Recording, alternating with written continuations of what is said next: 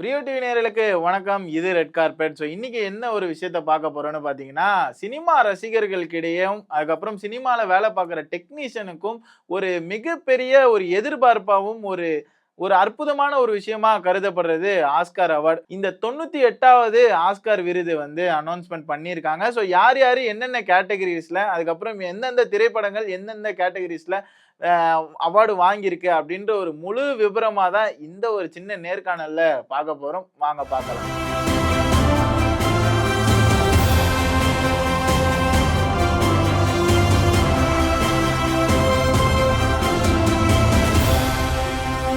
வணக்கம். வணக்கம். இந்த ஆஸ்கார் அவார்ட பத்தி தான் பார்க்க போறோம். இந்த ஆஸ்கார் அவார்ட்ல ஒரு படம் வந்து ஒரு ஸ்பெஷலான ஒரு படமா தான் ஆரம்பிச்சிருக்காங்க. என்னன்னு பார்த்தீங்கன்னா, ஒன் பேட்டில் ஆஃப்டர் அனதர் அப்படின்ற ஒரு படம் சிறப்பான பிக்சருக்கு வந்து வாங்கியிருக்காங்க. அத தொடர்ந்து ஏன் இது சிறப்பா இருக்கு? அது மட்டும் இல்லாம இது 4 ஆஸ்கார் அவார்ட் வந்து பெற்றிருக்காங்க. எது எதுக்குன்னு பார்த்தீங்கன்னா, பெஸ்ட் அட்மைரிங் ஸ்க்ரீன் பிளே அதுக்கு ஒண்ணு வாங்கியிருக்காங்க. அதுக்கப்புறம் பார்த்தீங்கன்னா, பால் தாம்சன் ஆண்டர்சன் அவர் வந்து பெஸ்ட் இயக்குனர் அப்படின்றதுக்காக வாங்கியிருக்காரு.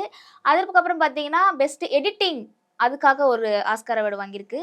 அதுக்கப்புறமா பெஸ்ட் மூவி இதுக்காக வாங்கியிருக்காங்க. மொத்தம் 4 ஆஸ்கார் அவார்ட் வந்து வாங்கியிருக்கு இந்த படம். ஓகே. இதுல இன்னொரு சிறப்பு. என்னடா இந்த admiring screen play, best admiring screen play எடுத்துட்டு வந்திருக்காங்கன்னு பார்த்தீங்கன்னா, வழக்கமா வந்து தமிழ் சினிமால மட்டும் இல்ல, எல்லா சினிமாலும் புத்தகங்கள தழுவி படங்கள் எடுப்பாங்க இல்லையா? அதே கேட்டகரில இந்த படத்தையும் வந்து ஒரு புத்தகத்துல இருந்து தான் தழுவி எடுத்திருக்காங்க. அதிலிருந்து சரியா அட்மையர் பண்ணி பெஸ்ட்டா ஸ்கிரீன் பிளே பண்ணியிருக்கிறதுனால தான் இந்த படத்துல இன்னும் ஒரு முக்கியத்துவமான ஒரு பிரமிப்பு ஊட்டும் ஒரு விஷயமா இந்த படத்துக்கு வந்து அமைஞ்சிருக்கு. இத தொடர்ந்து சின்னர்ஸ் அப்படின்ற ஒரு படமும் இதற்கு போட்டியா வந்திருக்குன்னு சொல்றாங்க. என்ன அது? ஆமா. அதுவுமே 4 ஆஸ்கார் அவார்ட் வந்து பெற்றிருக்கு அப்படின்னு தான் சொல்லணும். எந்தெந்த கேட்டகரின்னு பார்த்தீங்கன்னா, ஃபர்ஸ்ட் வந்து பெஸ்ட் ஸ்க்ரீன் பிளே அதுக்காக ஒரு அவார்டு வாங்கியிருக்காங்க. அது மட்டும் பெஸ்ட் இசைக்காக ஒரு அவார்டு வாங்கியிருக்காங்க. அதுக்கப்புறம் பார்த்தீங்கன்னா, ஆட்டம் ருடால்ட் அர்கபா அப்படின்றவங்க சிறந்த சினிமாட்டோகிராஃபி அதுக்காக அவார்டு வாங்கியிருக்காங்க. அதுக்கப்புறம் பெஸ்ட் ஆக்டர் அப்படின்ற கேட்டகரியில மைக்கேல் ஜோர்டன் அப்படின்றவரு அவார்டு வாங்கியிருக்காரு. மொத்தம் 4 அவார்டு வந்து இந்த படத்துக்காக ஆஸ்கார் அவார்டு வாங்கியிருக்கு. ஓகே. இந்த படத்துல இன்னொரு ஒரு சிறப்பான ஒரு விஷயம். இந்த சினிமாட்டோகிராஃபர் ஃபீமேல் சொல்லியிருந்தீங்க இல்லையா? ஆமா. இதுவரைக்கும் யாருமே வந்து ஃபீமேலா வந்து அவார்டு பெரிதளவுல வாங்குனது இல்ல. அதுவும் குறிப்பிட்டு சினிமாட்டோகிராஃபில வாங்குனது இல்ல அப்படின்ற ஒரு விஷயமும் இருக்கு. ஆஸ்கார்ல இதுவரைக்கும் ஒரு சரித்திரமா இந்த இந்த இது ஒரு ஹிஸ்டாரிக்கல் கன்டென்ட்டாவே வந்து ப்ரூவ் ஆயிருக்குன்னே சொல்லலாம். இவங்க ஒரு உலக சாதனை செஞ்சிருக்காங்கன்னு சொல்லலாம். 46வது வயதுல சினிமாட்டோகிராஃபிக்கு ஒரு பெரிய உலக சாதனைய இவங்க வந்து அடைஞ்சிருக்காங்க. இந்த படத்துல இது ஒரு பேசும் பொருளா வேற அமைஞ்சிட்டு இருக்கு.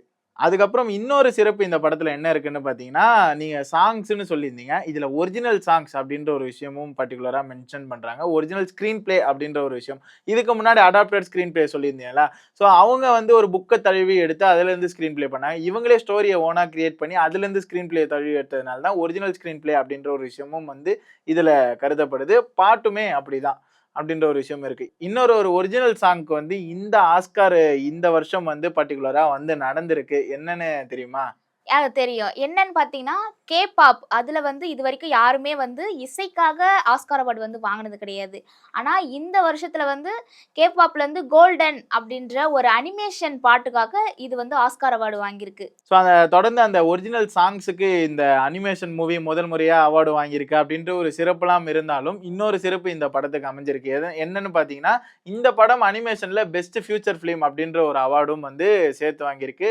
K-பாப் டீமன் ஹண்டர்ஸ் அப்படின்ற இந்த படத்தோட தலைப்பா இருக்கு. இந்த படம் ஒரு பெஸ்ட் ஃபியூச்சர் ஃபிலிமான அனிமேஷன் ஃபியூச்சர் ஃபிலிம் அதுக்கும் சேர்த்து வந்து இந்த படம் வந்து அவார்டு வாங்கியிருக்குன்னே சொல்லலாம். அதுக்கப்புறம் அத தொடர்ந்து சவுண்ட் எஃபெக்ட் அது வந்து எந்த படம் வாங்கியிருக்குன்னு தெரியுமா? அது எல்லாருக்கும் தெரிஞ்ச ஒரு விஷயம். இந்த 2025லயே சிறப்பான சவுண்ட் எஃபெக்ட் காட்சிகள இந்த படம்க்கு ஒரு டாப் நாச்சான அடுத்த லெவலுக்கு கூட்டு போற ஒரு விஷயமாவே இந்த படத்துக்கு கருதப்படுது. என்னன்னு பார்த்தீங்கன்னா, F1 எல்லாராலயும் பேசப்பட்ட ஒரு படமா இருக்கு. ஒரு பேன் வேர்ல்டு ஃபிலிமா இந்த F1 வந்து அமைஞ்சிருக்கு. கிட்டத்தட்ட அந்த படங்கள்ல வந்து நெறைய ஷாட்ஸ் வந்து iPhoneலயே வேற ஷூட் பண்ணியிருக்கிறதா பல விமர்சனங்களும் எட்டுச்சு. ஒரு மாரி அற்புதமான விஷுவல் எஃபெக்ட்ஸ் வந்து இந்த படங்கள்ல பண்ணியிருந்தாங்க. எனக்கு தெரிஞ்சு விஷுவல் எஃபெக்ட்ஸ்க்கும் சேர்த்து குடுத்துருக்கலாம். சவுண்டுக்கு மட்டும் குடுத்தது கொஞ்சம் ஏன் நான் ஒரு ரசிகனா வந்து அத பார்க்கும்போது எனக்கு கொஞ்சம் அது வந்து ஒரு சின்ன டிசப்பாயின்ட்மென்ட் குடுத்துச்சு. ஆனா விஷுவல் எஃபெக்ட்ஸ் பெஸ்ட் விஷுவல் எஃபெக்ட்ஸ்க்கு இன்னொரு படத்துக்கு குடுத்துருக்காங்க. அந்த படத்துக்கு தான் குடுத்தே ஆவணும். அப்டின்னு தான் எல்லாருமே சொல்லுவாங்க. என்ன படம்? அது வந்து அவதார். அவதார் பார்ட் 3க்கு குடுத்திருந்தாங்க. ஆமா. ரொம்ப ஒரு அற்புதமான ஒரு படம். அவதார் வந்து எல்லாராலயும் வந்து நம்ப நம்மளோட பேரண்ட்ஸ் காலத்துலருந்து எல்லாருமே பார்க்குற ஒரு படமா இந்த அவதார் வந்து கருதப்படுது. இந்த 3வது பார்ட் அப்டின்னும்போது, ஃபயர் அப்டின்ற ஒரு கான்செப்ட்ல வந்து போயிருப்பாங்க. ரொம்ப சூப்பரான ஒரு விஷுவல்ஸ் இருந்தது. அதுக்கு கச்சிதமா குடுத்திருந்தாங்கன்னே சொல்லலாம். இத தொடர்ந்து இத தொடர்ந்து பிராங்கென்ஸ்டைன் அப்படின்ற படமும் ஃபர்ஸ்ட் ஒரு 2 படம் சொன்னேன் இல்லையா? அதுக்கு ஈக்குவலா குடுத்து இதுக்கும் ஆஸ்கார் அவார்டு குடுத்துருக்காங்க. எந்தெந்த கேட்டகரி அப்படின்னு பார்த்தீங்கன்னா, சிறந்த மேக்கப், சிறந்த ஹேர் ஸ்டைல், சிறந்த காஸ்டியூம், அதுக்கப்புறம் பார்த்தீங்கன்னா, சிறந்த புரொடக்ஷன் டிசைனிங் இதுக்காகவே இந்த கேட்டகரிக்கு எல்லாத்துக்குமே ஆஸ்கார் அவார்டு வழங்கியிருக்கு. எனக்கு தெரிஞ்சு இந்த படத்துக்கு வந்து ஒரு கச்சிதமான ஒரு விருது அப்டின்னே சொல்லலாம். எதனாலன்னா மேக்கப்பு, காஸ்டியூமு அதுக்கப்புறம் ஹேர் ஸ்டைலிஸ்ட். ஸோ ரொம்ப அற்புதமான ஒரு விஷயம். எதனாலன்னா, இந்த படத்துல பல்வேறு வகையான கிளைமேட்ஸ வந்து காமிச்சிருப்பாங்க. திடீர்னு ரொம்ப கோல்ட் டோன்ல இந்த ஒரு ஐஸ்ல இருக்கா மாரி இருக்கிறதும் காமிச்சிருப்பாங்க. அப்புறம் நல்லா ஹாட்டான இந்த சன்ல இருக்க மாரியும் காமிச்சிருப்பாங்க. ஆனா, இந்த காஸ்டியூம் வடிவமைப்பு அப்படின்னு பார்க்கும்போது 2 கிளைமேட்டுக்கும் சூட்டபிள் ஆகுற மாரி பல காஸ்டியூம்ஸ வந்து உள்ள பண்ணியிருந்தாங்க. ரொம்ப நேர்த்தியா இருந்தது. அதுக்கப்புறம் ஹேர் ஸ்டைலிஸ்ட் எடுத்துக்கிட்டோம்னா, ஒரு முட்டாள் சயின்டிஸ்ட் வந்து ஒரு விஷயத்த கிரியேட் பண்றாருன்னா, அந்த கிரியேட் பண்ற கிரியேச்சர் இருக்கு இல்லையா? ஸோ அதுக்கும் ரொம்ப தத்ரூவமா பண்ணியிருந்தாங்க. அதுக்கப்புறம் வந்து அந்த சயின்டிஸ்ட் எப்படி இருப்பாரு? நம்ம கற்பனையில எப்படி யோசிச்சிருப்போம். ஒரிஜினலா சயின்டிஸ்ட் எப்படி இருப்பாங்களோ, அதுக்கேத்த மாரி ஹேர் ஸ்டைல் வடிவமைப்பும் ரொம்ப அற்புதமா பண்ணியிருப்பாங்க. அத தொடர்ந்து பெஸ்ட் டாக்குமெண்ட்ரி ஃபியூச்சர் ஃபிலிம். எந்த டாக்குமெண்ட்ரி வந்து வாங்கியிருக்குன்னு பார்த்தீங்கன்னா, மிஸ்டர் நோபடி ஏஜென்ட் புதின் அப்படின்ற ஒரு ஃபியூச்சர் டாக்குமெண்ட்ரி ஃபிலிம்க்கு வந்து இந்த அவார்டு வந்து குடுத்திருந்தாங்க. ஆஸ்கார் அவார்டு வந்து குடுத்திருந்தாங்க. ரொம்ப அற்புதமான ஒரு விஷயம். ஏன்னா, அதுல நெறைய போராட்டங்கள், வலி மிகுந்த ஒரு விஷயங்கள் எல்லாம் அதுல காமிச்சிருந்தாங்க ரொம்ப நேர்த்தியா. ஸோ அதனாலேயே இந்த கேட்டகரியில டாக்குமெண்ட்ரி கேட்டகரியில இந்த இந்த டாக்குமெண்ட்ரிக்கு வந்து அவார்டு போயிருந்தது. ரொம்ப கச்சிதமான ஒரு அவார்டுன்னே சொல்லலாம். ஓகே. இந்த 2026 ஆஸ்கார் கேட்டகரியில ஒரு படம் அகச்சிறந்தது, மிகச்சிறந்ததுன்னு சொல்லலான்னு பார்த்தோம்னா, அப்ப one battle another, after another. அதுக்கப்புறம் யார் குடுத்துருக்காங்க அப்படின்னு பார்த்தீங்கன்னா, பெஸ்ட் சப்போர்ட்டிங் ஆக்ட்ரஸ் அது வந்து வெப்பன்ஸ் படத்துக்காக எமி மெடிகன் அப்படின்றவங்களுக்கு வந்து குடுத்துருக்காங்க. அதுக்கப்புறம் ஒரு கேட்டகரியில 2 பேருக்கு வந்து ஆஸ்கார் விருது குடுத்திருக்காங்க. 2 விஷயத்துக்காக ஆஸ்கார் விருது குடுத்திருக்காங்க. என்னன்னா, பெஸ்ட் லைவ் ஷாட்ஸ் அப்படின்ற ஒரு கேட்டகரியில தி சிங்கர்ஸ் அதுக்கப்புறம் வந்து 2 பீப்பிள் எக்ஸ்சேஞ்சிங் சிலைவாஸ் அப்படின்ற ஒரு விஷயத்துக்கு வந்து குடுத்திருந்தாங்க. அத தொடர்ந்து பெஸ்ட் அனிமேட்டட் ஷார்ட் அது ம். வந்து எந்த படத்துக்கு குடுத்துருக்காங்கன்னா, தி ஹூ கிரைட் பெர்ல்ஸ் அப்படின்ற படத்துக்கு அவார்டு குடுத்துருக்காங்க. ஓகே. அதுக்கப்புறம் அந்த பெஸ்ட் டாக்குமெண்ட்ரி ஷார்ட்ஸ் வின்னர் ரொம்ப அற்புதமான ஒரு படம். ஆல் தி எம்ப்டி ரூம்ஸ் ரொம்ப ஒரு உருக்கமான ஒரு ஒரு டாக்குமெண்ட்ரியா இந்த டாக்குமெண்ட்ரி வந்து கருதப்படுது. நெறைய பேரோட ஆ குமுறல்களும், அழுகைகளும் கலந்த ஒரு டாக்குமெண்ட்ரியா இந்த டாக்குமெண்ட்ரி வந்து அமைஞ்சிருக்கு. ஸோ இந்த 2026க்கான ஆஸ்கார் விருதுகள் ரொம்ப அற்புதமா முடிஞ்சிருக்குன்னே சொல்லலாம். எனக்கு ஒரு சின்னதா ஒரு வருத்தம் என்னன்னா, நம்ம இந்தியன் சினிமால இருந்து இன்னும் ஒரு படம் போயிருக்கலாம். போன வருடம் வந்து இசைக்காக RRRல வாங்கியிருந்தாங்க.